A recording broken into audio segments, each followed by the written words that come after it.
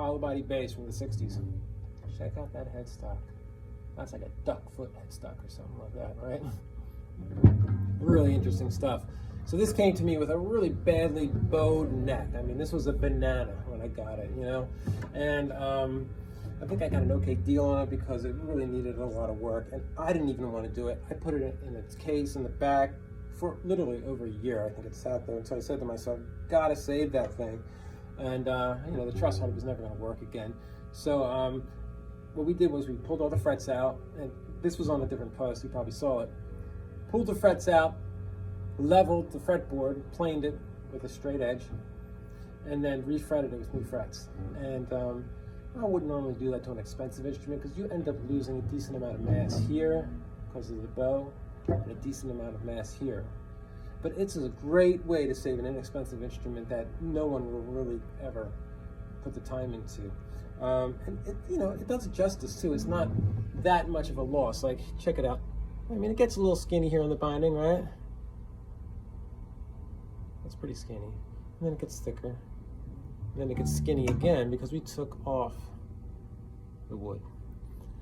But it's a pretty small price to pay, I think, to get this cool old thing playing again. And here's another interesting thing we do. We only do it to the cheap ones. We wouldn't do this to an expensive instrument.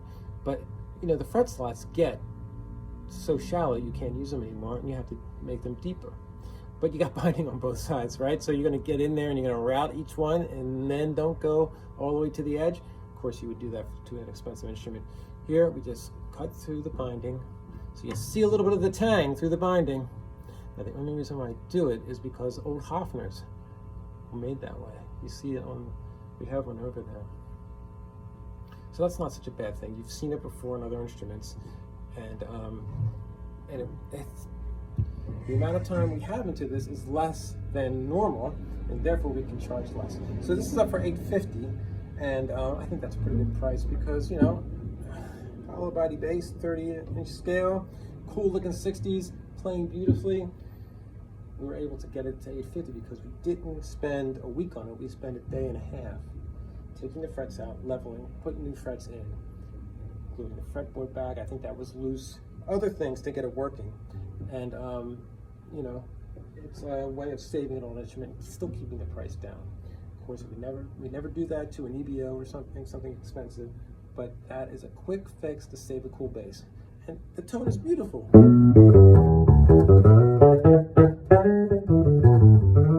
Right, that's the bridge. Here's both. Right, here's the neck.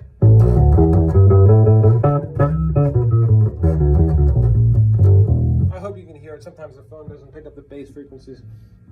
It's a great sound.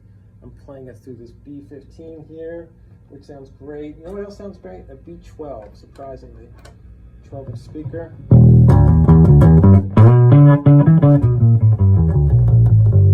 Another great amp. I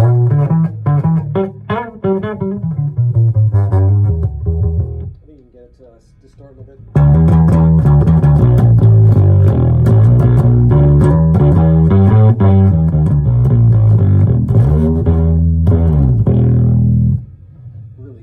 Matchup, right? So there you go, old 60s Univox. Let me hold it like a right-handed person. You guys think I'm crazy playing it left-handed here, but you know, here we go, right?